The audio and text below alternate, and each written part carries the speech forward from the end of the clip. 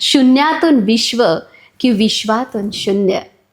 To room किचनचा एखादा flat, 2-4 एकरचं एखादं form house, एखादी 4 चाकी गाडी आणि भौतिक वस्तूंचं प्रदर्शन मांडता आलं की आपण सहज म्हणतो, अमक्या तमक्याने शून्यातून विश्व निर्माण केलं. म्हणजे होतंय काय की सुख मिळेल या आशेने मनुष्य श्रीमंत होण्यासाठी धडपडतोय, पण सुख काही दिसत नाही. आपणच म्हणतो की आमच्या लहानपणी ना मज्जा यायची, खूप करमायचं, घर भरलेलं असायचं, कधी मावळायचं ना हे कळायचंच नाही.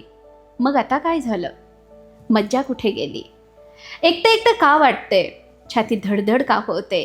कशामुळे करमत नाही? कारण विश्व निर्माण करण्याची व्याख्याच कुठेतरी चुकली. विश्व निर्माण करणं म्हणजे काय? नातीगोती जपणं, छंद जोपासणं, पाहुणे होऊन जाणं, पाहुण्यांचं स्वागत करणं, खूप गप्पा मारणं, घरच्या उंबऱ्यात चपलांचा ढिगारा दिसणं, खळखळून हसणं आणि काळजातलं दुःख सांगून मोकळेपणाने रडणं. या गोष्टी आपण प्राप्त करू शकलो तर शून्यातून विश्व निर्माण केलं असं म्हणावं. तुम्हीच सांगा, आपल्या आयुष्यात या सर्व गोष्टींची वाढ झाली की घट?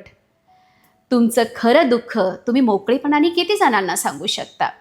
असे किती मित्र, शेजारी, नातेवाईक आपण निर्माण करू शकलो? खूप कमी, किंबहुना नाहीच. मग आपण विश्व निर्माण केलं का? तर नाही. मित्र हो, रजिस्ट्रीच्या कागदांच्या फायली म्हणजे विश्व?